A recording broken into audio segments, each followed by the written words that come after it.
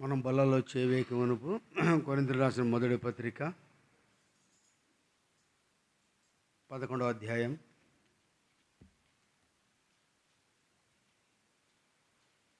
27-28 వచనాలు మనమందరం కలిసి మనం చదువుకుందాం. కొరింథీయులకు రాసినటువంటి మొదటి పత్రిక 11వ అధ్యాయం 27-28 వచనాలు మనందరం కలిసి మనం చదువుకుందాం. కాబట్టి ఎవడు అయోగ్యముగా ప్రభు యొక్కట తినును లేక ఆయన పాత్రలు త్రాగును వాడు ప్రభు యొక్క శరీరమును గూర్చి రక్తమును గూర్చి అపరాధి. కాబట్టి ప్రతి మనుషుడు తను తాను పరీక్షించుకొను, అలాగూ చేసి రొట్టె తిని ఆ పాత్రను త్రాగవలెను. యెహోషువ గ్రంథం 14వ అధ్యాయం.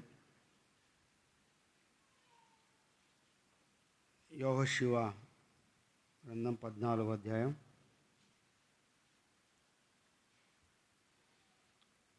12వ వచనం 13వ వచనం అందరం కలిసి చదువుకుందాం. 12-13 వచనాలు కూడా.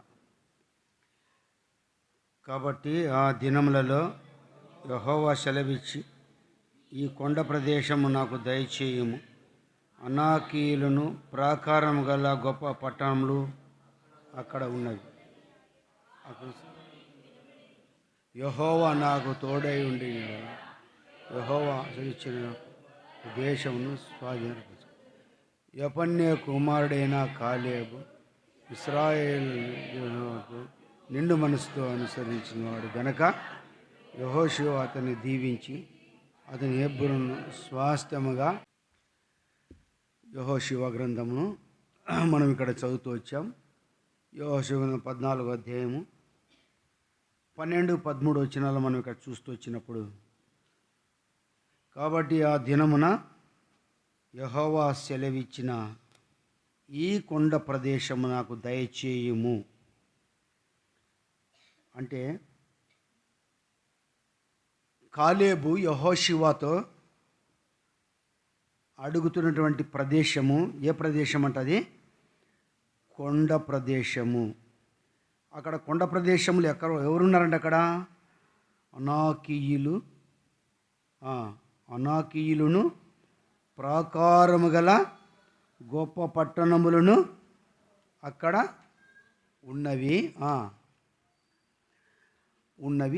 ఉన్నవని సంగతి ఆ దినం నీకు వినబడెను. యెహోవా నాకు తోడై ఉండిన ఎడల యెహోవా సెలవిచ్చినట్లు వారి దేశ స్వాధీనపరచుకొందును. అంటే ఇక్కడ యెహోషువ కాలేబుకు అడుగుతున్నటువంటి ఆ కొండ ప్రదేశము ఇక్కడ 13వ వచనములో ఏమని రాయబడిందంటే, యెఫన్నె కుమారుడైన కాలేబు ఇశ్రాయేలు దేవుడైన యెహోవాను నిండు మనసుతో అనుసరించిన వాడు గనక యెహోషువ అతను దీవించి అతనికి హెబ్రోను స్వాస్థ్యముగా ఇచ్చెను. అనగా ఇక్కడటువంటి కోరుకున్నటువంటి స్థలం, ఈ కోరుకున్నటువంటి స్థలాన్ని యెహోషువ ఎవరికి ఇచ్చాడంట స్వాస్థ్యంగా? కాలేబుకు ఇచ్చినట్టుగా మనం చూస్తున్నాం. అంటే కాలేబు దేవుణ్ణి ఎట్లా వెంబడించాడు, కాలేబు ఏ రీతిగా నడుచుకుంటూ వచ్చాడో మనకు తెలుసు. తను అడుగుతున్నటువంటి ప్రదేశం ఏ ప్రదేశం అంట? కొండ ప్రాంత ప్రదేశం అయినప్పటికీ అది హెబ్రోను అనే దేవుని వాక్యము. మనం హెబ్రోను అంటే మనకు సహవాసము. నీకు నాకు ఏమవసరము? సహవాసము అనేది ఒకవేళ లేకపోతే మనం ఆత్మీయంగా ఏమవుతామంటే ఇక్కడ పడిపోతాం. సహవాసము లేమంటే పడిపోయినట్టే. బాగానే ఉండవచ్చు, మనిషి దృఢంగా బలంగా ఉండవచ్చు. అయితే అందుకని పౌలు మరి అపోస్తలుల కార్యం 2:42 ప్రకారం పేతురు వారితో ఏమని సెలవిచ్చాడు? 42వ వచనంలో, వీరు అపోస్తలుల బోధయందును సహవాసమందును అంటే వారమంతా మనం ప్రయాసపడుతూనే ఉంటాం. వారమంతా ఏం చేస్తుంటాం మనము?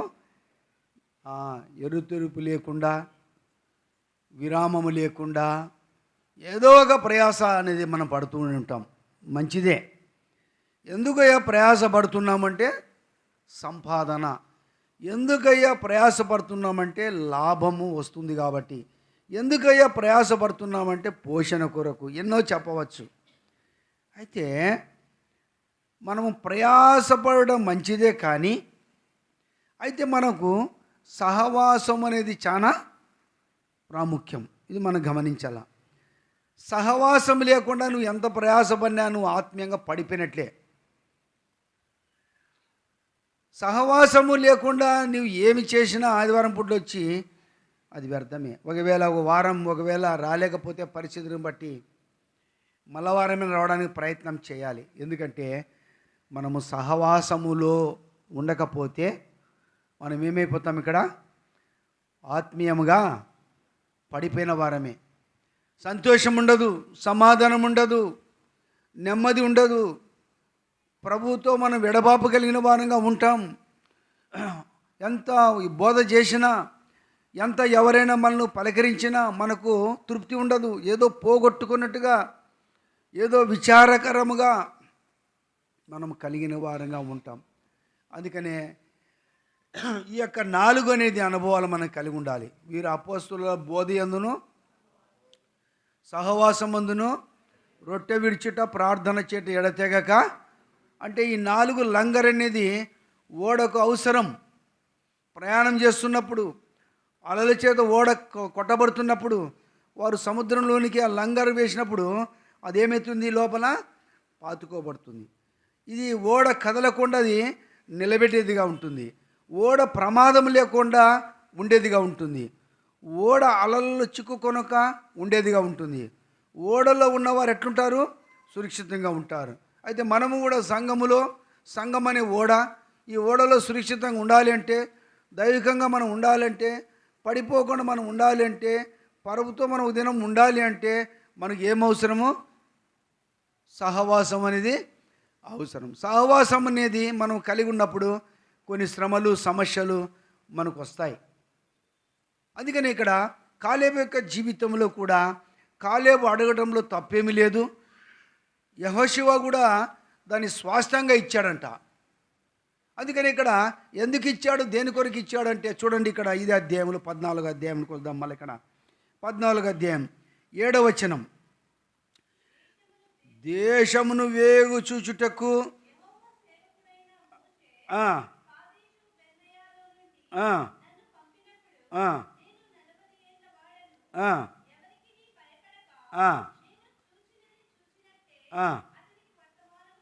అంటే ఇక్కడ ఎందుకు ఈ మాట చెప్తున్నాడు? కాబట్టి ఇక్కడ విషయాన్ని మనం గమనిస్తున్నప్పుడు, నన్ను పంపినప్పుడు నేను ఎంత వయసు అంట? 40 ఏండ్ల వాడను.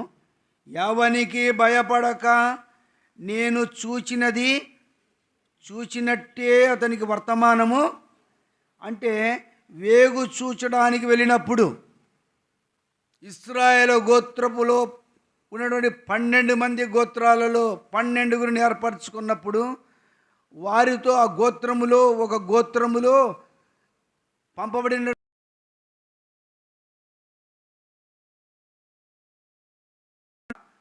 ఏం చెప్తున్నాడు ఇక్కడ?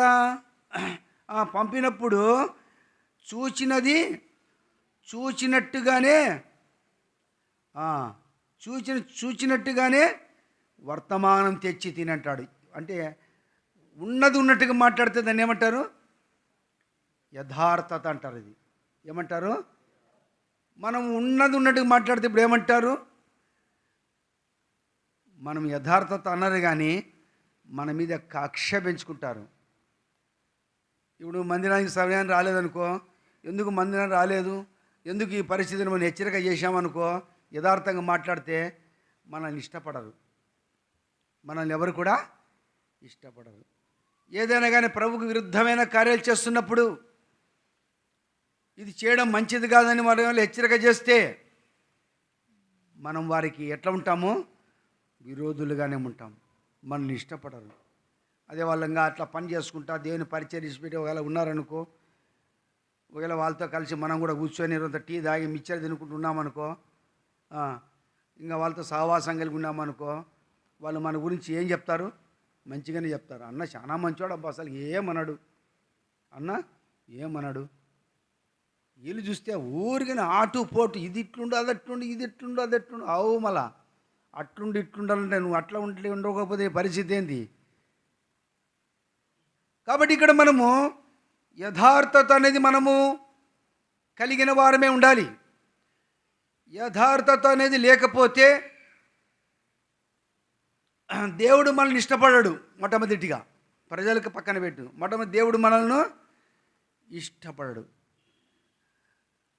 యథార్థత అనేది మనము కలిగి ఉన్నప్పుడు ఒకవేళ మనల్ని అందరు విడిచిపెట్టినను దేవుడు మనకు తోడుగా ఉంటాడు.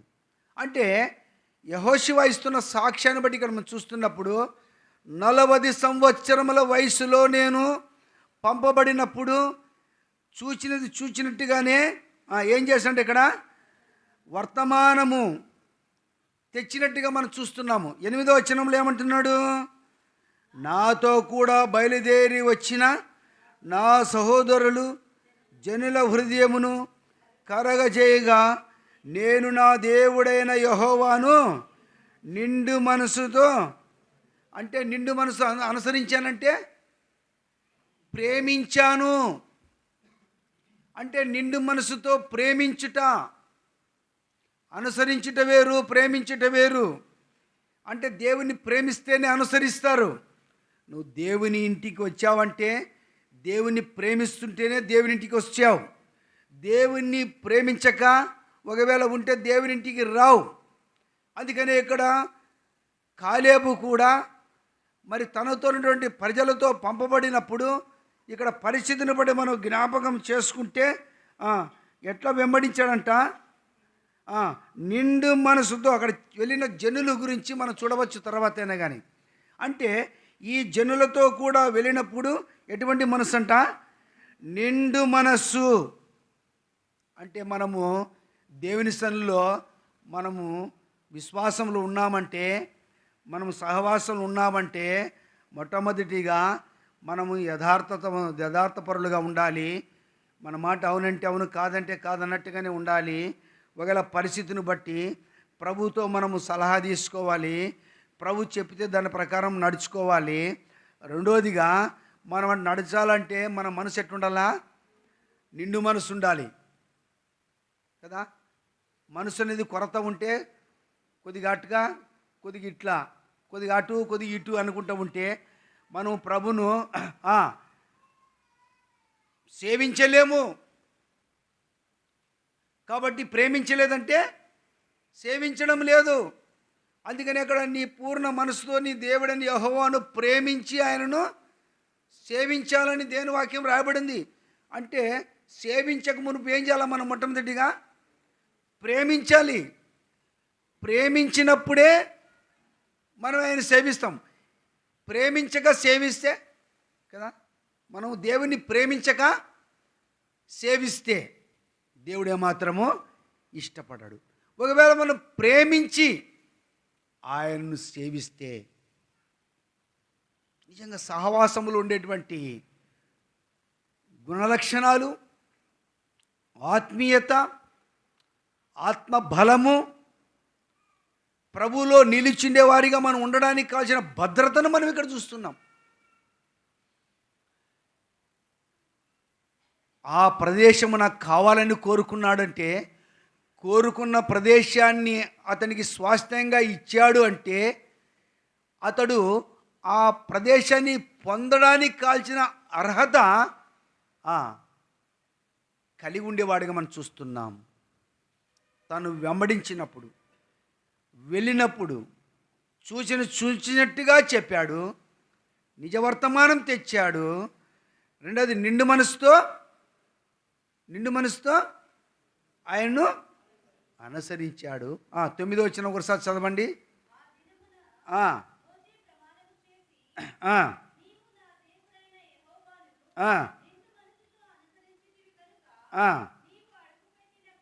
ఆ, ఆ, ఆ. కాబట్టి ఇక్కడ అనుసరించితివి గనుక, అనుసరించితివి గనుక,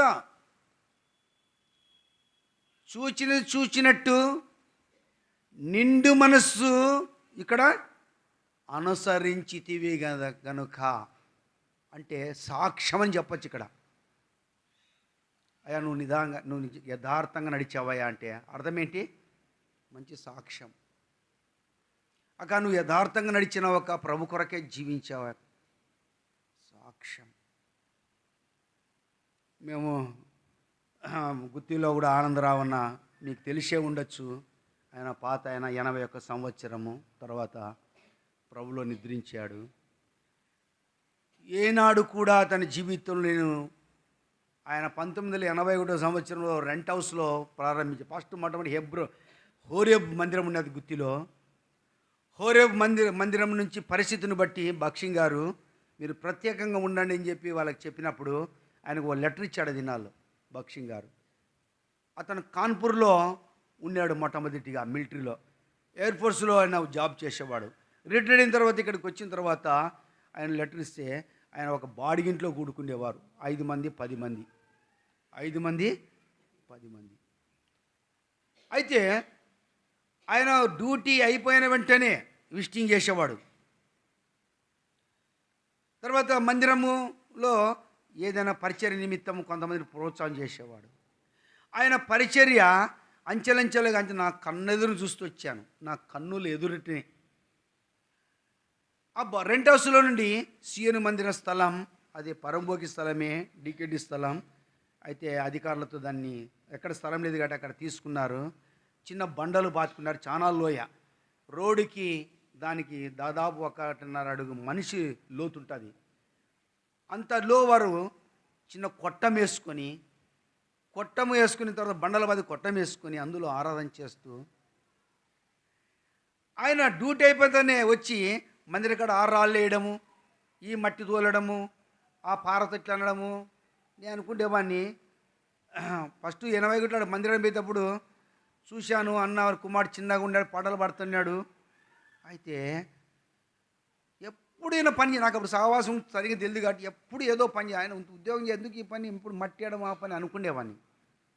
అయితే తర్వాత నేను రక్షించబడి సంపూర్ణతకు వచ్చిన తర్వాత ఆయనతో నాకున్న సహవాసం ప్రతిదీ నాతో పంచుకునేవాడు. కొన్ని విషయాలు ఆయన అన్నాడు, అన్నా గోపేనా నా భార్యకు చెప్పదు ఈ విషయం, ఇదిగో పలాందని చెప్పేవాడు. ఏదైనా కానీ అటువంటి సమర్పణ, అటువంటి ప్రేమ కలిగిన వాడు. చెప్పాలంటే ఎన్నో విషయాలు ఉన్నాయి. ఆయన గురించి సాక్ష్యం చెప్తా ఉంటే ఇంకా సరిగా ప్రజలు రాలేదు, కానీ కొంతమంది తెలియక, కొంతమంది తెలిసి ఇంకా కొంచెం అక్కడ మరణాలు ఇక్కడ మరణాలు పరిస్థితిని బట్టి. ఆయన దైవజనుడు లేకపోయినా దైవజనుడు లాగా సేవ చేశాడు. ఇంకా దైవజనుడే అనుకోవాలా, ఎందుకంటే దైవజనుడు అంటే ప్రత్యేకించబడిన వాడు. ఒకవేళ సంఘ పెద్ద అంటే మరి తోటి సహోదరుడు కాబట్టి పని చేస్తూ దేవుని పని చేస్తున్నాడు. ఇక్కడ ఏమంటే సేవకుడు అంటే ఎవరైనా చనిపోతే ఏదైనా అవసరం ఉంటే సేవకుడు వచ్చి పాతి పెట్టాలా, దానికని సేవకుడు ఫుల్ సర్వెంట్. కానీ అందుకనే పౌలు తోటి పెద్దనని నేను అన్నాడు. అంటే అతడు అన్ని లక్షణాలు తనలో కనపడినాయి, సేవకులు కూడా ట్రైనింగ్ ఇచ్చాడు. అటువంటి సాక్ష్యం కలిగిన వ్యక్తి. అంతేకాదు ప్రతి ఒక్కరూ ఆయన గురించి చెప్పిన వారే కానీ చనిపోయిన తర్వాత ఆయన గురించి రకరకాల ఎవరు నా మటుకు నేను చెప్పాను, ఎవరు మటుకు వాళ్ళు చెప్పారు.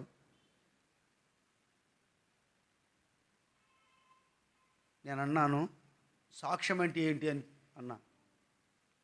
సాక్ష్యం అంటే చనిపోయిన తర్వాత మన గురించి వాళ్ళు పలికేదే సాక్ష్యం. బ్రతికున్నప్పుడు అక్క మంచిది, ఈయన మంచోడు అంటారు. అవసరం తీరిపోయిన తర్వాత ఏమంటారు? మనల్ని రకరకాల మాట్లాడేవారు ఉన్నారు. నాతో మేలు పొందిన వారు కూడా నన్ను దూషించి మాట్లాడిన వారు ఎంతోమంది ఉండొచ్చు. ఈ పొద్దు వాళ్ళ ఆత్మీయులు కాకపోయినా ఆత్మీయులాగా చలామణి చేస్తున్నారు. సేవకులని వారు ఉన్నారు, పెద్ద వయసులో ఉన్నారు. కానీ దేవుని ఆత్మ లేని సేవ చేసేవారు ఉన్నారు. అది సాక్ష్యమా? సాక్ష్యం అంటే మనలో మంచితనము, మన ప్రయాస గుర్తించాలి. అదే సాక్ష్యం.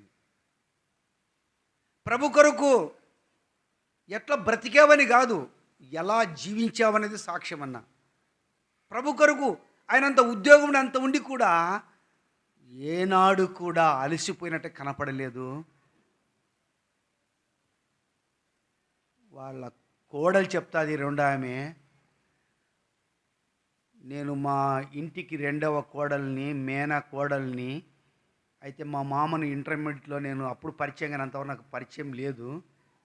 అయితే నా వివాహమైన తర్వాత మా మామ ఎంత అలసిపోయి వచ్చినా ఇంట్లో ఏనాడు కూడా తనలో కోపం అనేది కనపడలేదు.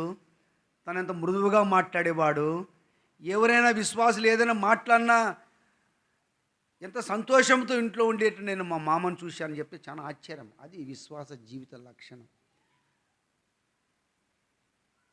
సాక్ష్యం అంటే ఊరికనే ఎట్లంటే డబ్బు ఎట్లా తిరిగి ఆశలు సంపాదించుకోద్దన్నది. మళ్ళా దేవుని పని విడిచిపెట్టి, దేవుని సేవ విడిచిపెట్టి మన ఇష్టానుసారంగా ఉండి ఇంకా చనిపోతే ఎవరు సాక్ష్యం చెప్తారు చెప్పు? నీకు ఎవరు చెప్తారు? నేను అనుకున్నా, నాకు కూడా చెప్పారు అనుకున్నా, నా మనసులో అనుకున్నా. మరి ఆ టాలెంట్ దేవుడు అతనికి ఇచ్చాడు, అట్లా పరిచయం చేశాడు. 99 భాగాలు ఖచ్చితంగా చేశాడు. చుట్టుపక్కల బ్రాంచీలు అన్నాడంట. ఆ సేవకురాలు చెప్తాది, ప్యాపిల్లో సంఘం ఏర్పరిచారు. వాళ్ళు పెద్దలు అన్నారంట, అది కర్నూలు జిల్లా, ప్యాపిల్ మనకెందుకులే, మనకు అవసరం లేదు. నెలకు 3,000 రూపాయల సంఘం నుంచి వాళ్ళకు సాయం చేసేవారు, ఇంకా ఇవ్వద్దండి అని అన్నారంట. అప్పుడు ఆయన సరే అనుకొని, అప్పుడు వాళ్ళు నెల రమ్మని చెప్పేవారు. అడిగి వచ్చినప్పుడు వాళ్ళు ఎవరేమి ఇవ్వలేదంట. లేచి వెళ్ళిపోయేటప్పుడు ఆయన ముందు పోయి ఫోన్ చేసి ఇంటికాడ రండి అని చెప్పినాడు. ఆయన సొంత డబ్బులు ఇచ్చాడు. సొంత డబ్బులతో మమ్మల్ని పోషించాడని వాళ్ళు చెప్తున్నారు. అంటే ఏం చెప్తున్నాను కదా, మనకు ఆ మనసు, ఇచ్చే మనసు ఉందా? ఏది ఇచ్చే మనసు అంటే, కొంతమంది ఎంత ఉన్నా కానీ ఇవ్వడానికి మంచి మనసు అనేసి ఉండదు. అంటే ఇక్కడ మనం ఏం చూస్తున్నామంటే, ప్రభువును వెంబడించినప్పుడు దేవుడు నాకు అదే తలంపించాడు. ప్రభువును వెంబడించినప్పుడు ప్రజలు మన కొరకు సాక్ష్యం ఇవ్వాలంటే, దేవుడు మన కొరకు సాక్ష్యం ఇవ్వాలంటే మనం యథార్థవంతులుగా ఉండాలి, ఉన్నది ఉన్నట్టుగా మాట్లాడాలి, నిన్ను మనసు వెంబడించాలి. ఒక యవనసుడు రైల్వేలో పనిచేస్తాడు అని చెప్తున్న సాక్ష్యం ఏమన్నంటే, నేను కొత్తగా 87లో గుర్తికి వచ్చినప్పుడు తర్వాత ఏదైనా బయటికి వెళ్ళాలంటే భయపడేవాడమని చెప్పినాడు. అటువంటి చాలా స్ట్రిక్ట్గా ఉండేవాడు. ఒకవేళ అంకుల్ ఏదైనా బయటకు వచ్చి ఏదైనా ఇట్లా చూసి మళ్ళీ లోపలికి వస్తుంటే, అంకుల్ చూసి మేము బయటకు పాస్ వెళ్తే ఆడే దాముకొని చెట్ట ఆయన లోపలికి వెళ్ళి కూర్చున్నాక మేము తర్వాత లోపలికి వచ్చేవాళ్ళని సాక్ష్యం ఇస్తున్నాడు. అంటే ఎంత భయము! ఇప్పుడు భయం ఉందా? ఇప్పుడే వర్తమానం చెప్తే ఆడిపోయినారు, అందరు లేచి బయటికి పోయినారు. మళ్ళీ ఏమనుకోద్దని తిట్టుకోద్దండి, తిట్టుకున్నా పర్వాలేదు, ఉండేది ఉన్నట్టు చెప్తున్నా. భయం ఉందా మనకు? కొంతమంది అనుకుంటారు ఆయన సీరియస్గా ఉంటాడు, సీరియస్గా ఉంటాడు. సీరియస్గా ఎందుకుంటాడు? నువ్వు ఆత్మీయంగా ఉండాలనే నీ ఎదుట అట్లా కఠినముగా వాక్య ప్రకారంగా అట్లా ప్రవర్తించవచ్చు. కొంతమంది ఆయన తిట్టినవారు, మాట్లాడినవారు ధైర్యంగా ముందుకు పక్కన మాట్లాడాల్సిందే ఆయన గురించి. నేను చాలాసార్లు చూసి, చాలా మందిని చూసా, పక్క నుంచి కూర్చో. మళ్ళీ ఆయన కంటే మంచిగా బలవంతులు కుటుంబాలు అన్నీ ఉన్నాయి, అయినా కానీ ఎదురుగా వచ్చి మళ్ళీ ఆయనతో మాట్లాడి ఎదురుగా వచ్చేమంటారు, అన్న ప్రెజలాడన్నా అనేవాళ్ళు. ఒక ఆయన సాక్ష్యం లేదు, ఏం లేదు, ఎప్పుడు కొట్లాడట్లే ఉండేవాడు, సువార్తలో పాడబడుతున్నాడు. అది చూస్తే నాకు ఇప్పుడు జ్ఞాపకం వస్తుంది. ఏమంటాడు, యేసు ప్రభుని నమ్ముకో పరలోకము చేరుతావు అంటే రాగం తీస్తే ఇట్లా చూసినాడు అని. అంటే నీ సాక్ష్యం లేదు, పాడబట్టి చూస్తే ఆడు భయపడిపోయినాడు. అట్లే అర్థమైంది నీకు? ఏ పని చేసి స్టైల్గా పాడబడేది కాదు, స్టైల్గా మాట్లాడి నడిచేది కాదు. మనల్ని చూసినప్పుడు ఎదుటి వ్యక్తి ఏం కావాలి అక్కడ? రైతున్న ఆత్మీయుడు, ఈమె ఆత్మీయురాలు, నేను చేస్తున్న పని ఏంటి, నన్ను చూసి వీళ్ళు ఏమనుకుంటున్నారు, నేను ఎట్లా ప్రవర్తించాలి, నేను ప్రభుకి ఎట్లా సాక్ష్యంగా ఉండాలి, ఏ రీతిగా నా ప్రభు నిండు మనసు వెంబడించాలి. సంఘానికి కావాల్సినటువంటి అవసరాల గురించి మనం ఇక్కడ మాట్లాడుతున్నప్పుడు ఏదో ఆ మాట ఈ మాట చెప్పుకొని తృప్తిగా వెళ్ళిపోయేది కాదు. చివరి దినాలు ఉన్నాం. సుగంధ తైలం కంటే మంచి పేరు మేలు. ఏది మంచి పేరు అంటే ఇంటికి వచ్చినప్పుడు బిర్యానీ పెట్టేది కాదు, మళ్ళా ప్రభువులో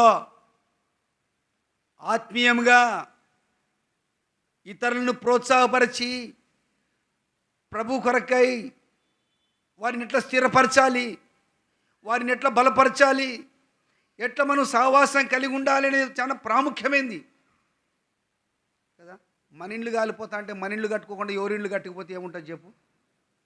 ఇప్పుడు నీళ్లు కాలిపోతుంది అనుకో, నీళ్లు కట్టుకోవాలన్నా లేదా, ఆర్పుకోవాలా లేదా, ఇది విడిచిపెట్టేసి రాయా నాయన ఇండ్లు మంది నువ్వు గమనుడు మీరు ఆర్పుకోకపోతే నేను ఆ ఇండ్లు ఆర్పేపోతానంటే అట్టది ఉందేనా? ఏమక్క మేరక్క కరెక్టా కదా, కరెక్ట్ కదా. మన ఇండ్లు కాలిపోతుంది ఇప్పుడు. మన ఇండ్లు మనం ఆర్పుకోవాలా ఎవరు ఆర్పుకోవాలా మరి? కాదంటే ఎట్లయితుంది?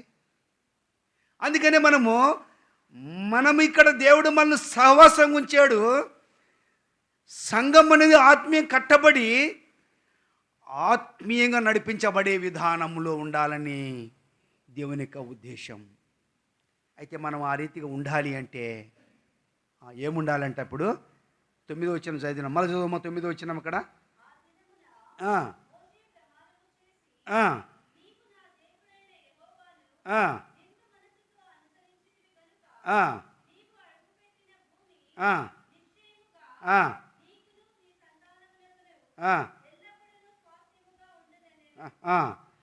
తర్వాత 10వ వచనం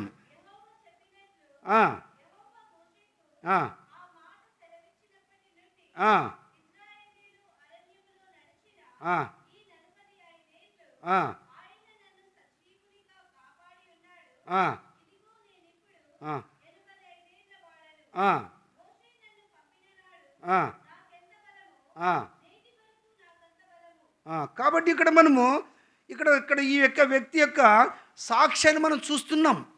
ఈ వ్యక్తి యొక్క సాక్ష్యాన్ని మనం చూస్తున్నాం.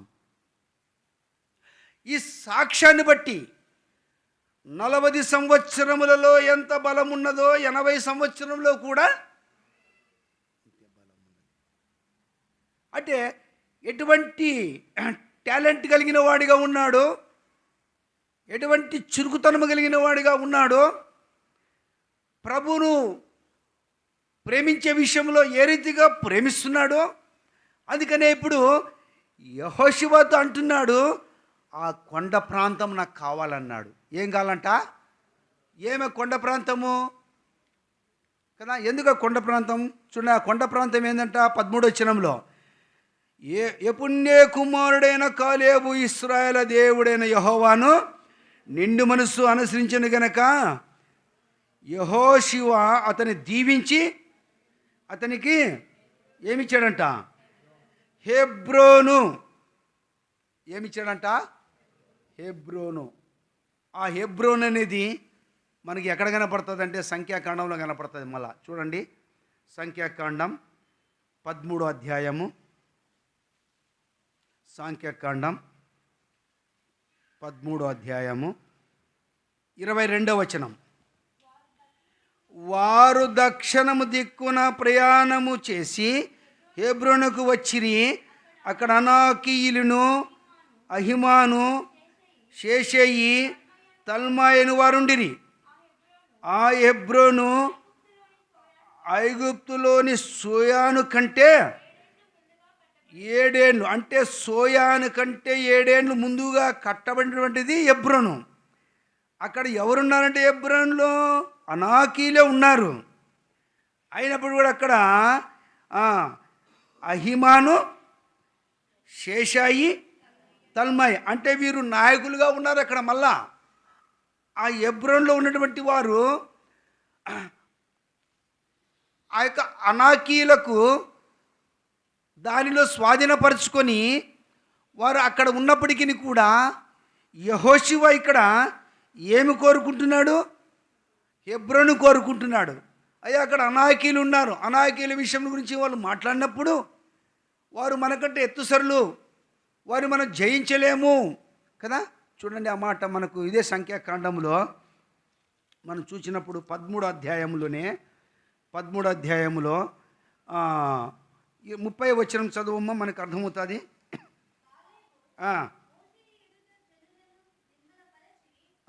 లేకపోతే అమ్మా 27 చదువు.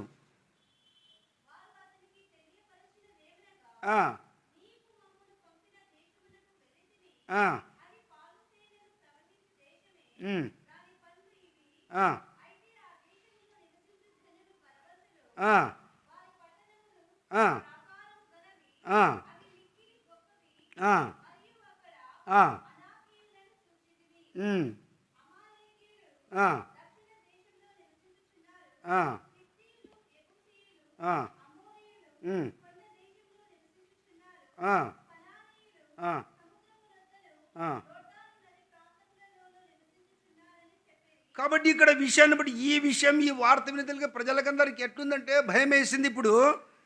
అయితే అక్కడ ఎవరున్నాడు ఆ దేశంలో? అయితే ఆ దేశంలో నివసించు జనులు బలవంతులను, వారి పట్టణములు ప్రాకారము గలవి, అవి మిక్కిలి గొప్పవి. మరి అక్కడ ఎవరున్నారంట? అనాకీలు ఉన్నారు. అనాకీలు. కాబట్టి ఇక్కడ ఆ ప్రదేశమును గురించి మనం జ్ఞాపం చేసుకుంటే యెహోషువ గ్రంథం 15వ అధ్యాయంలోనే ఇక్కడ మనకు మాట కనబడుతుంది. చూడండి 13వ వచనం చదువు.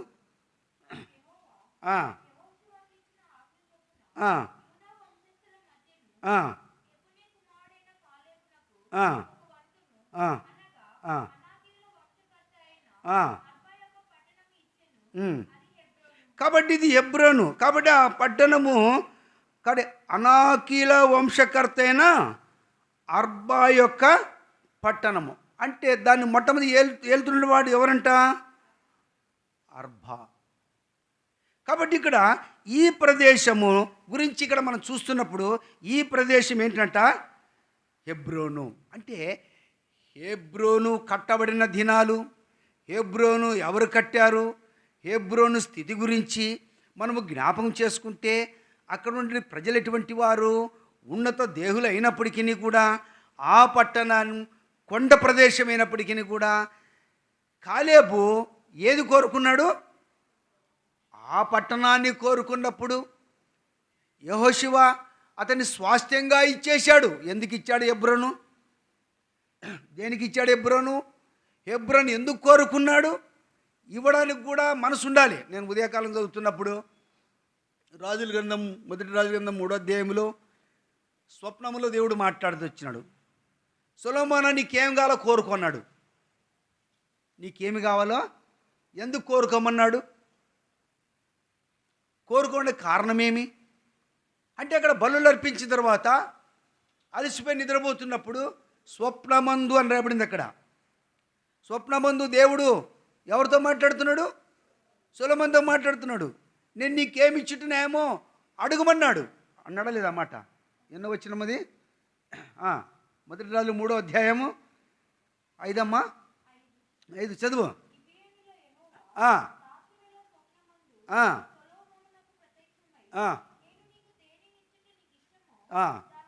చాలు.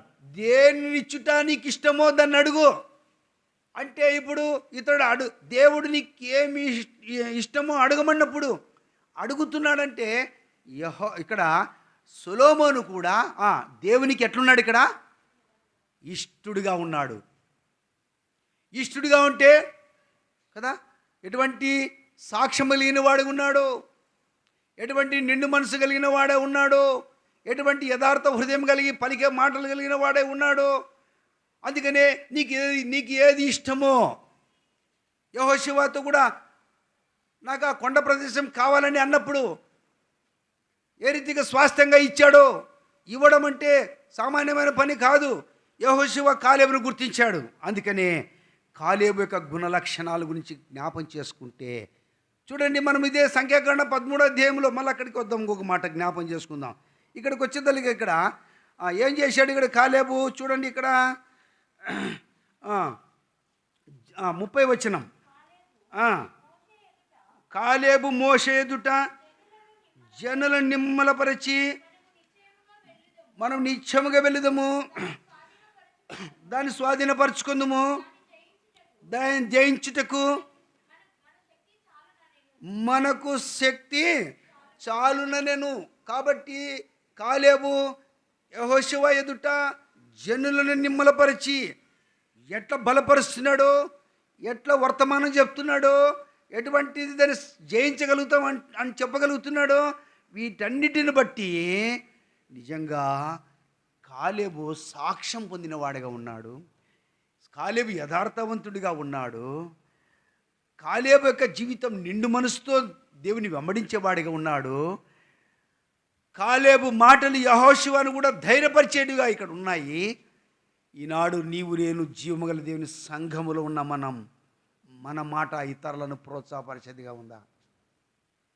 రక్షించబడ్డాము, దేవునింటికి నడిపించబడ్డాము. అది మనం సహవాసములో ఉన్నాం. ఇక్కడ మళ్ళీ మనం ఎక్కడున్నాం? దీన్ని ఏమంటారు? దీన్ని చర్చి అనొద్దండి. చాలామంది అంటారు ఆడిపోతే చర్చి అంటే ఇక్కడ కూడా చర్చి ఉంది రాండి అంటారు. మా పత్రికలో అనేది చెప్పిన. ఎక్కడికి వెళ్తున్నాం మేము? సహవాసం, మందిరానికి వెళ్తున్నాం. మందిరం, సహవాసం. మందిరం అంటే, సహవాసం అంటే చాలా ప్రాముఖ్యమైనది. అక్కడ అన్ని కార్యక్రమాలు ఉంటాయి. సహవాసంలో అందరూ ఉంటారు. సహవాసంలో నేర్చుకోవాల్సినవి చాలా ఉన్నాయి. మనం నేర్చుకొని ఇంత అయిపోయింది అనేది కాదు. మనము ఎంతవరకు ఉండాలి నేర్చుకోవడానికి? మరణం వరకు నమ్మకంగా ఉంటే తప్ప మన గురించి సంఘం సాక్ష్యం ఇయ్యదు. గుర్తుపెట్టుకో. నీకు నాకు కావాల్సింది పరలోక స్వాస్థ్యం, ప్రభుతో సహవాసం. అందుకనే మనం ఎవరితో సహవాసం చేయబోతున్నాం, ఎవరితో సహవాసం కలిగి ఉన్నాం, మనము ఎవరిని వెంబడిస్తున్నాం, మనం ఎవరి మధ్య ఉన్నాం.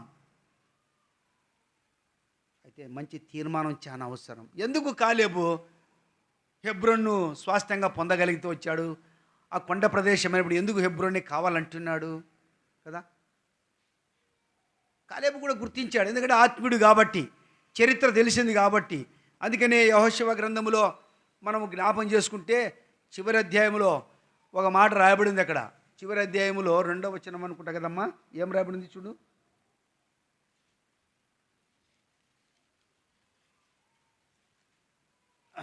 యెహోషువ గ్రంథము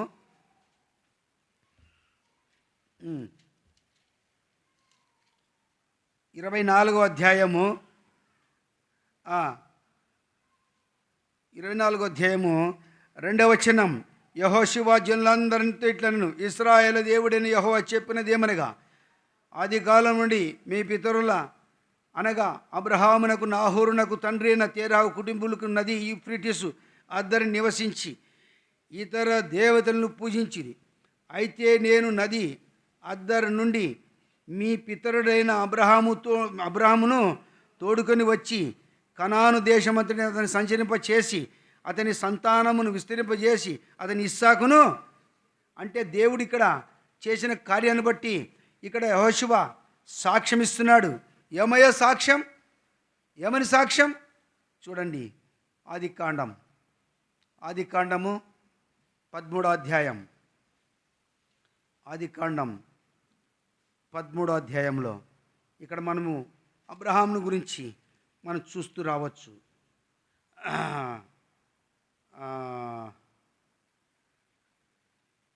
ఆదికాండము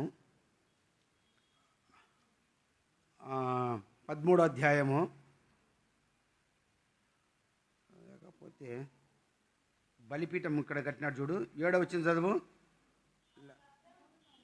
3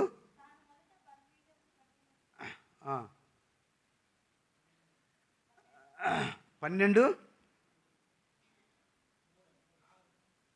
చదువమ్మా, చదవండి.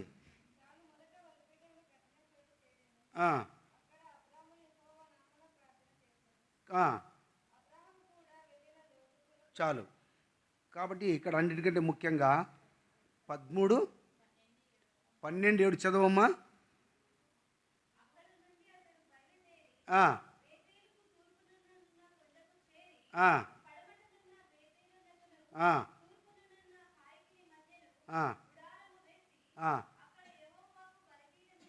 ఆ, ఆ, చాలు. కాబట్టి ఇక్కడ అన్నిటిని ముఖ్యంగా ఇంకొకటి చూడు, ఆది కాండం 20 23వ అధ్యాయము, 23వ అధ్యాయము 2వ వచనం. ఆ, ఆ, ఆ, ఆ, ఆ, చాలు. కాబట్టి ఇక్కడ శారా మృతి పొందినప్పుడు అబ్రహాము చేసిన కార్యాన్ని అక్కడ మనం చూడవచ్చు. మనం ఇదే ఆదికాండం 13వ అధ్యాయము 18వ వచనం చదవండి ఇప్పుడు. అప్పుడు అబ్రహాము తన గుడారము తీసి హెబ్రోన్లోని మమ్రే దగ్గరున్న ఆ, ఆ, కాబట్టి ఇక్కడ అబ్రహాముకు బలిపీఠము కట్టెను. ఎక్కడ కట్టాడు బలిపీఠం? మొట్టమొదటిగా అబ్రహాము హెబ్రోనులో కట్టెను. అంటే హెబ్రోన్లో బలిపీఠం కట్టాడంటే హెబ్రోను ఏం చూపిస్తుంది ఇక్కడ మనకు? సహవాసం చూపిస్తుంది. సహవాసంలో ఏముంది ఇక్కడ? ఆరాధన ఉంది. సహవాసంలో క్రమ పద్ధతి ఉంది. కాబట్టి ఇక్కడ ఆరాధించే స్థలం హెబ్రోన్.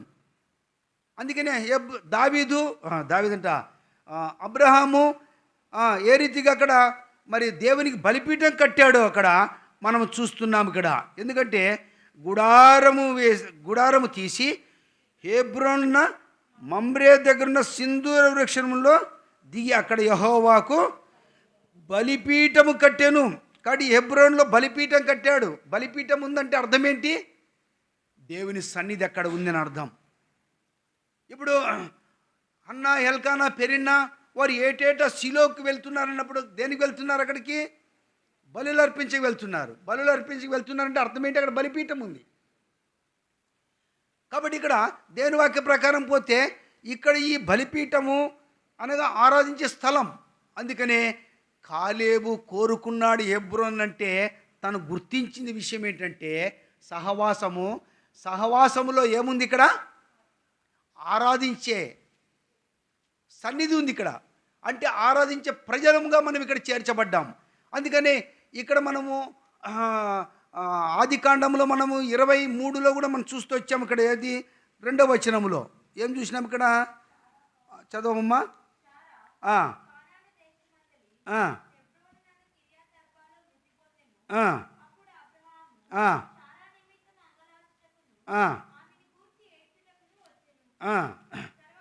కాబట్టి ఇక్కడ శారా మృతి పొందిన తర్వాత జరిగిన విషయం ఏమి జరిగింది ఇక్కడ 19వ వచనం ఇప్పుడు చదువు అర్థమవుతుంది.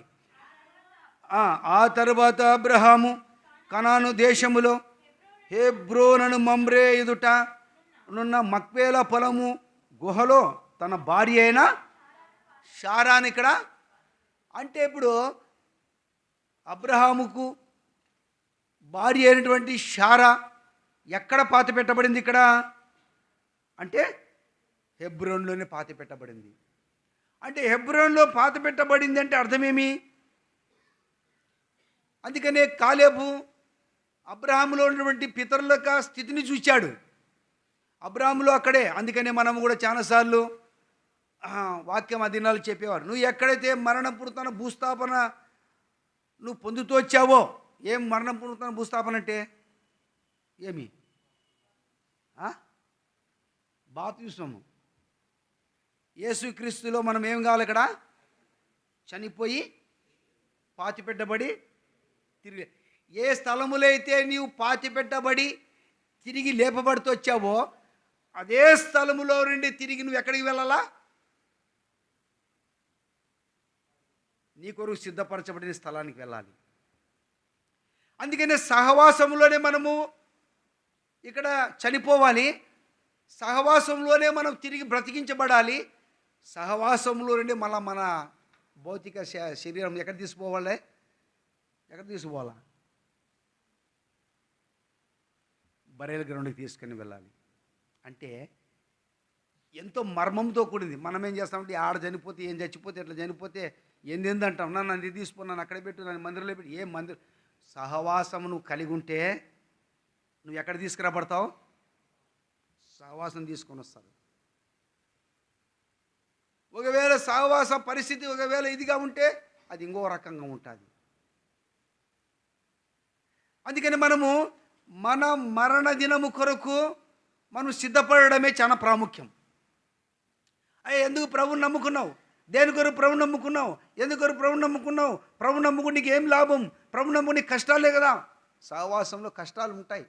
మీతో సాట కష్టాలు ఉండవు. పోతాను చీరలేసి పెట్టింటారు, ఆడే ఒక ఆంధ్రప్రదేశ్ పుస్తకం పెట్టింటారు, ఆడే వాళ్ళు చూసుకొని పాడచ్చి ఆడే విడిచిపెట్టి పోవచ్చు. బెంచీలేసి కూర్చోబెట్టింటారు అందరికీ. ఎవరికి? సిస్టర్స్ బ్రదర్స్కి అందరూ. ముస్లింలు ముత్తుకోలు ఏం తేడా లేదు. కానీ మంది అట్లా కాదు, మోకాల జీవితం ప్రభు భక్సింగ్ గారికి దేవుడు నేర్పించింది. ఎందుకు మోకాల జీవితం? తగ్గింపు జీవితం. దేవుడు ఆకాశం ముందు ఉన్నాడు, భూమి మీద మనం ఉన్నాము. మనం చేయవలసిన పని ఏంటి? అందుకనే సహవాసములో మనం చాలా సాక్ష్యం కలిగి ఉండాలి.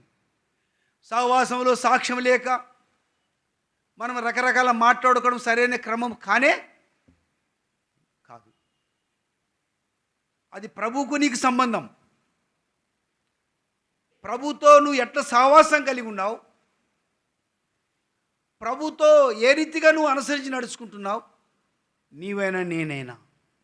అట్లా లేకపోతే ప్రభువా నాకు స్వాస్థ్యం పరలోకం కావాలంటే ఎట్లా వస్తుంది? స్వాస్థ్యం ఏదంట? మన స్వాస్థ్యం ఏది? ఏదమ్మా సుజాత మన స్వాస్థ్యం? యాది మన స్వాస్థ్యం? మరి నాకు స్వాస్థ్యంగా ఇమ్మని ఏమన్నాడు కాలేబు? కొండ ప్రాంతం అన్నాడు. ఆ కొండ ప్రాంతమే హెబ్రోను. కాబట్టి సహవాసం కావాలి, స్వాస్థ్యం కావాలి. పరలోకమే నా స్వాస్థ్యము. ఆ స్వాస్థ్యం కావాలి అంటే నిజంగా మనము ప్రభువుకి అడుగు జాడలు నడవాలి, యథార్థత కలిగి ఉండాలి. ఆయన అంటాడు, ఇంకొక ఆయన ఒక యవనస్తుడు చెప్తాడు, అంకులు ఇతరులతో ఎప్పుడు కూడా కలిసి ఉండే నేను చూడలేదన్నాడు. ఏదైనా వాక్యం వరకే చెప్తాడు, లేకపోతే పరిశుద్ధుల సహవాసంతో ఉన్నాడు. కానీ సమయం ఇట్లా కొంచెం సమయం దొరికిందని చెప్పి అక్కడిక్కడ కూర్చొని వాళ్ళతో మాట్లాడిన ఎప్పుడు చూడలేదని చెప్పినారు. నేను కూడా చూశాను. ఎప్పుడైనా గుత్తికి అన్న పోవాలంటే ఫోన్ చేస్తే పలానా సాటికి రా అని చెప్పేవాడు. పోతా ఒకవేళ బండి మందిరం కాదంటే ఫోన్ కొట్టేవాడిని. అన్నా ఇక్కడే ఉన్నాను వచ్చేసి లోపలికి అనేవాడు. లోపలికి ఇద్దరు. అప్పుడు లేదంటే కన్నా అన్నా పలాని విశ్వాసి సంఘ పెద్ద ఇంట్లో ఉన్నాను, ఆడ వాళ్ళు సంఘం విషయం మాట్లాడుతుంటారు. ఎప్పుడు సంఘ విషయం తప్ప, పరిచయం తప్ప, ఇది తప్ప ఏరేది మాట్లాడే కానీ చూడలేదు. ఎన్ని బ్రాంచులు ఉన్నాయంటే దాదాపు 6 బ్రాంచీలు కట్టుకున్నారు. 6 బ్రాంచీలకు సమర్పణ. ఊరికైనా ప్రేమించడంలే, సమర్పణ. తెలియకుండా, ఎవరు తెలియదు అది ఇచ్చేది. భార్య కూడా అన్నాడు, నా భార్య కూడా చెప్పన్నా నేను అన్నాడు. మనమైతే భార్య చెప్పి భార్య దగ్గర ఇట్లా ఇస్తాం కొద్దిగా చూడాలని. ఆ అమ్మగానే నా భర్త ఎంత ఇస్తున్నాడు చూడన్నట్టుగా. ఈ చేతి ఇచ్చేది ఈ చేతి కనపడకూడదు అన్నట్టుగా.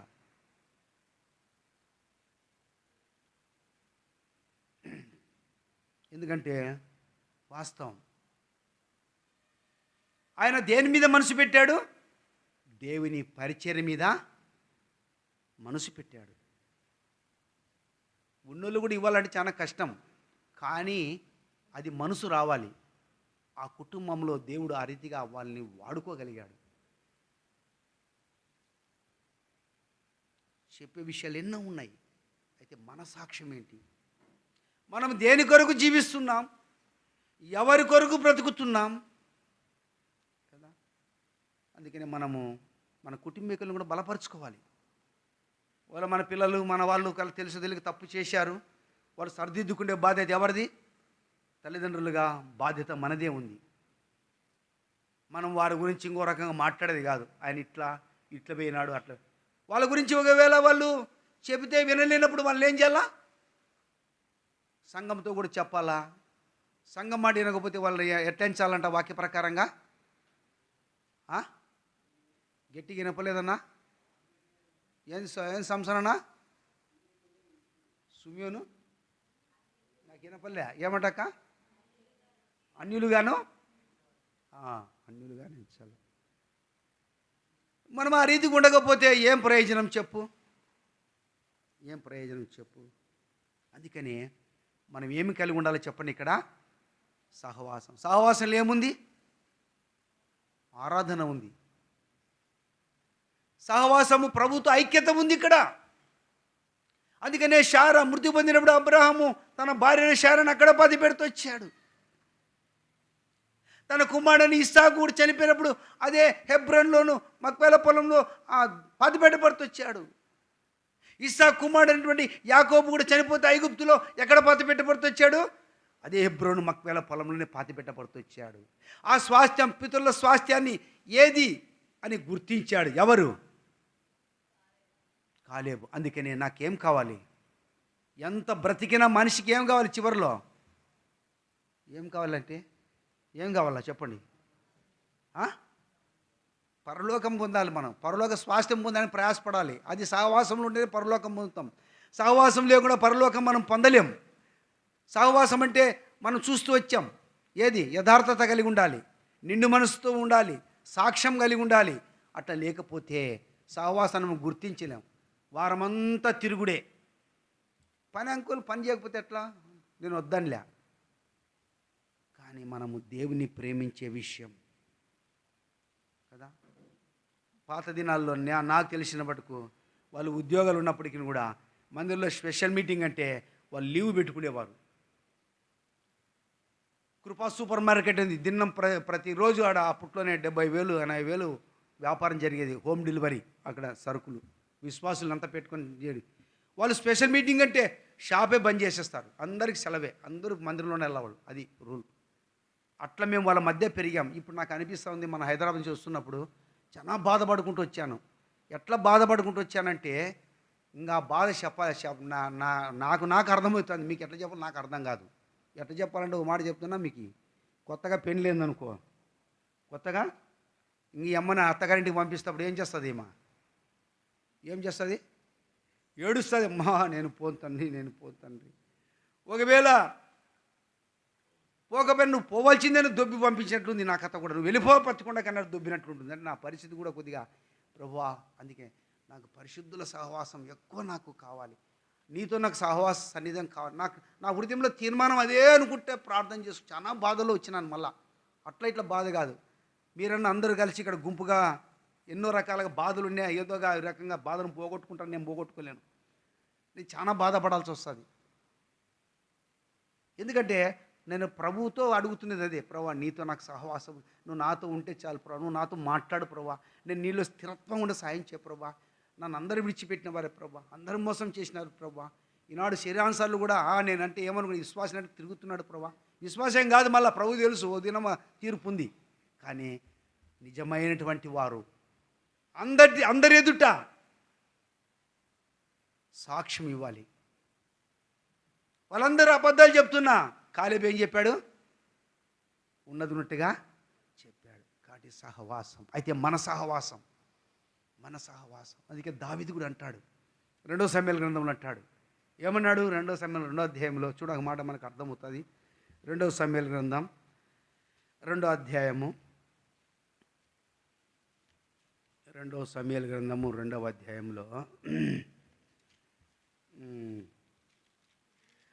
చదవండి, 1వ వచనం.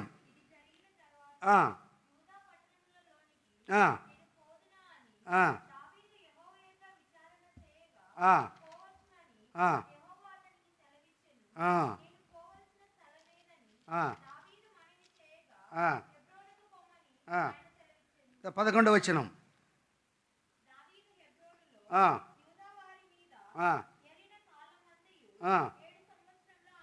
కాబట్టి ఇక్కడ దేవుని దగ్గర విచారణ చేశాడు.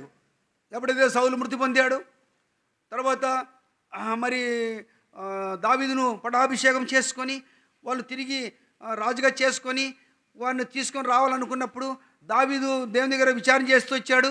ప్రభువా నేను వెళ్ళవలసిన స్థలం ఏంటి అని అడిగినప్పుడు ఇక్కడ దేవుడు అంటున్నాడు, ఏమంటున్నాడు? యెహోవా యొద్ద విచారణ చేయగా పోవచ్చునని యెహోవా సెలవిచ్చాను, నేను పోవలసిన స్థలం ఏదనగా దావీదు మనవి చేయగా హెబ్రోని పొమ్మన్నాడు. ఎక్కడ పొమ్మన్నాడు? ఎందుకు హెబ్రోను కోరుకున్నాడు? కాలేబు కూడా హెబ్రోను కోరుకున్నాడు, దావీదు కూడా హెబ్రోను కోరుకున్నాడు. మరి ఆ యెరూషలేమును ముఖ్య పట్టణముగా కేంద్రంగా చేసుకొని 7 సంవత్సరాలు పరిపాలించగలుగుతూ వచ్చాడు. అక్కడే హెబ్రోన్లో కుమారులు కూడా కంటూ వచ్చాడు. కాబట్టి ఇక్కడ హెబ్రోను మనకి ఏం చూపిస్తుంది? ఇక్కడ సహవాసం చూపిస్తుంది. అంటే దావీదే హెబ్రోన్ని కోరుకొని సహవాసం కోరుకున్నప్పుడు మనం ఏం కోరుకుంటున్నాం? ప్రభు దగ్గర విచారణ చేసి కదా. అందుకని దేవుని వాక్యంలో మనం చూసినప్పుడు చూడండి ఒక మాట, 2వ కొరింథీ పత్రిక 2వ కొరింథీ పత్రిక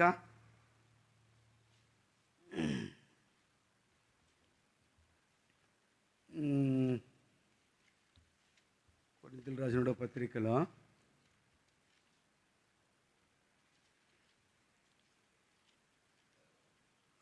చూడండి 13వ అధ్యాయము 14వ వచనం. ప్రభు అయిన యేసుక్రీస్తు కృపయు దేవుని ప్రేమయు పరిశుద్ధాత్మ సహవాసమును, అంటే ఇక్కడ ఎవరి యొక్క సహవాసం కలిగి ఉండాలి మనము? పరిశుద్ధాత్మ యొక్క సహవాసం. ఎవరి సహవాసము? ఇంకా దీనికి ప్రాముఖ్యం అంటే 1 యోహాను పత్రికలకు వద్దాం. మళ్ళీ ఒక మాట అక్కడ చదువుకుందాం. 1 యోహాను పత్రికలో 1 యోహాను పత్రిక చూడండి 1వ అధ్యాయము 3వ వచనం. మనం అందరం కలిసి చదువుదాం. ఈ మాట అందరం కలిసి చదువుదాం. 1 యోహాను పత్రిక 1వ అధ్యాయం 3వ వచనం. మాతో కూడా మీకును సహవాసం కలుగునట్లు మేము చూచిన దాన్ని వినిదాన్ని మీకును తెలియజేయుచున్నాం. మనము సహవాసం అయితే తండ్రితో కూడాను ఆయన కుమారుడైన యేసుక్రీస్తుతో కూడాను. కాబట్టి ఇక్కడ మన సహవాసం అయితే తండ్రితో కూడాను ఆయన కుమారుడైన యేసుక్రీస్తుతో కూడాను. అక్కడ పరిశుద్ధాత్మ యొక్క సహవాసం కూడా మనం చూసాం. అంటే తండ్రి కుమార పరిశుద్ధాత్మ సహవాసం. అంటే సహవాసం అనేది చాలా ప్రాముఖ్యమైనది. మన సహవాసం అయితే ఒకవేళ మనము ప్రవీణేశ్వరు తండ్రితో సహవాసం లేకుండా, కుమారుతో సహవాసం లేకుండా, పరిశుద్ధాత్మతో సహవాసం లేకుండా, సంఘ సహవాసం లేకుండా ఒకవేళ తిరుగుతూ ఉంటే కదా. సామెతల గ్రంథంలో ఒక మాట రాయబడింది చూడండి. సామెత గ్రంథము జ్ఞాపకం వస్తుంది. కాబట్టి మనం చాలా జాగ్రత్త కలిగి ఉండాలి. 23వ అధ్యాయములో ఒక మాట, 23వ అధ్యాయములో 20 వచనం అందరూ చదుదాం. ద్రాక్షారసం త్రాగువారితో నేనను మాంసం హెచ్చుగా తిరుగువారితో నేను. అంటే మనం వాళ్ళతోనే ఉంటాం. ఇది వాస్తవంగా చెప్పాలంటే మనతో ఎక్కువ ఉండేది ఎవరంటే వాళ్ళే. ఎక్కడ పోయి నిలబడిన వాసన బస్సని కొడుతుంటుంది. ఏంది సెంటు వాసన. ఏం చెప్తాం? ఇంకా ఈ అమ్మాయి ఏమని చెప్పాలంటే ఇంకా ఏం చెప్పాలి? ఇంకా ఆయన తెచ్చి పెడితే కదా నేను చేయాలా, ఇంక చేయకపోతే ఆయన నన్ను ఏం చెప్తాడు అని వీళ్ళు. కాబట్టి మనం చేయవలసింది ఏంటంటే ప్రార్థన. కాబట్టి ఇక్కడ రాయబడిన ప్రకారం మనం చూస్తే మాంసము హెచ్చుగా తినివారితో నేను, ద్రాక్షను త్రాగువారితో నేను ఏం చేయకూడదంట. ఎందుకు? త్రాగుబోతులను, తిండిబోతులను, దరిద్రులెదురు, నిద్రమత్తు, చింపుగుడు ధరించి. ఇప్పుడేం కనపడదు. ఒకవేళ డబ్బు ఉండొచ్చు, అన్ని మంచి గుడలు తగిలించవచ్చు, కానీ అది దరిద్రత అనేది మనం చూస్తున్నాం. కాబట్టి సహవాసం అనేది చాలా ప్రాముఖ్యమైనది. చూడండి ఇంకో మాట కూడా ఇక్కడ మనకు కనపడుతుంది. సామెతల గ్రంథములోనే మనకు సామెతల గ్రంథములో జ్ఞానుల సహవాసము అనే మాట మనకు కనపడుతుంది. చదవమ్మా.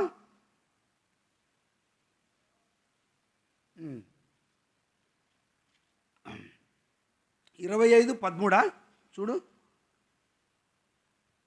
కాదు, ఇంకొక స్థలంలో ఇంకొక మాట రాయబడింది.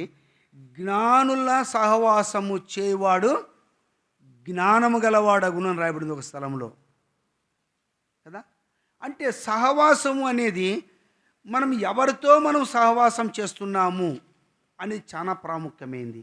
అందుకని మనం సహవాసం చేస్తున్నప్పుడు మనము కూడా ఆలోచించాలి, వీళ్ళతో చేయాలా వద్దా, వీళ్ళతో చేయాలా వద్దా. అందుకని సామెతల గ్రంథంలో చాలా స్థలంలో సహవాసం గురించి రాయబడింది. తుంట్రుల సహవాసం రాయబడింది. తుంట్రుల సహవాసం చేసేవాడు ఏమవుతాడు? తండ్రికి అపకీర్తి చేస్తాడు రాయబడింది. తుంట్రుల సహవాసం చేయవాడు. నీ కొడుకు ఎవరితో సహవాసం వాడే పోతాడు వస్తాడు అంతే, అంతవరకే. ఎవరు సహవాసం చేస్తున్నాడు? అందుకని మన పిల్లలు మనం భద్రపరచుకోవాలి, వాళ్ళని సహవాసం తీసుకురావాలి. వాళ్ళు తప్పు చేస్తారు లేదనిలే, పొరపాటు చేస్తారు లేదనిలే. వాళ్ళు కొన్నిసార్లు అమాయకు, మనం కూడా చేసినాం. ఒకప్పుడు మనం చేసినాం, ఇంతవరకు చేస్తూ వచ్చాం. కొన్ని విషయాలు సరి చేసుకోవాలి. పిల్లలు ఒకవేళ సరి చేసుకొని వాళ్ళు ప్రేమతో మాట్లాడుకోవాలి, ప్రేమతో దేవునిని తీసుకురావాలి, ప్రేమతో వాళ్ళని కూర్చోబెట్టుకోవాలి. నాన్న ఇట్లుండు నాయన అని మనం చెప్పుకోవాలి. నువ్వు తుండ్ర సావాసం చేయొద్దు నాన్న, నువ్వు జ్ఞానం గలతో సావాసం చేయి, నువ్వు జ్ఞానవంతుడు అవుతావు. నువ్వు దేవునితో సహవాసం చేయి, దేవుని సాయం నీకు ఉంటుంది. నువ్వు పరిశుద్ధత సహవాసం చేయి, నువ్వు పరిశుద్ధత కలిగి ఉంటావు. అప్పుడు నువ్వు ఆయన కుమారుడైన మన తండ్రి అయినతోనూ తన కుమారుడైన యేసుక్రీస్తుతోనూ మనం సహవాసం కలిగి ఉంటాం. తర్వాత పరిశుద్ధాత్మ దేవుడు మనకు సహాయకరంగా సహవాసం కలిగి ఉంటాం. ఒకవేళ సహవాసము దేవునితో కానీ పరిశుద్ధులతో కానీ ఒకవేళ కలిగి ఉండక నా ఇష్టము, నా ఇల్లు, నా డబ్బు, నా ఉద్యోగము, నా ఆస్తి, నా పొలము, నాకు ఇదే చాలు, ఇదే జీవితం అనుకుంటే ఒక దినమున జరిగే పరిస్థితి హెబ్రోను సహవాసంలో చేరుకోలేవు. దేవుని సన్నిధిని నువ్వు చేరలేవు. ఒకవేళ ఆరాధన చేస్తున్నా కానీ తాత్కాలిక ఆరాధన ఉండవచ్చది, అది ప్రభువును మహిమపరిచేది కాదు, అది దేవునికి ఇష్టమైనది కాదు. అది దేవుడు నీ ఆరాధన అంగీకరించాడు. నీ ఆరాధన అంగీకరించాలంటే, దేవుడు నీ సమర్పణ అంగీకరించాలంటే, దేవుడు నీతో ఉండాలంటే, దేవుడు నీకు సాయం చేయాలంటే నువ్వు తండ్రితో సహవాసమును ఆయన కుమారుని యేసుక్రీస్తు సహవాసమును. అందుకనే పౌలు పేతురు ఆ మాట రాస్తూ వచ్చాడు. అప్పుడు 2:40 ప్రకారం ఏమని రాయబడింది? వీరు ఎవరు వీరు? ఎవరు వీళ్ళు అంటే ఎవరికైనా మనం చదువుతాం వీరు అంటాం అంతే. ఎవరు వాళ్ళు? 40 వచ్చిన చదువు. ఇప్పుడు 40 వచ్చిన ఏమి రాబడింది? ఇంకను అనేక మాటలతో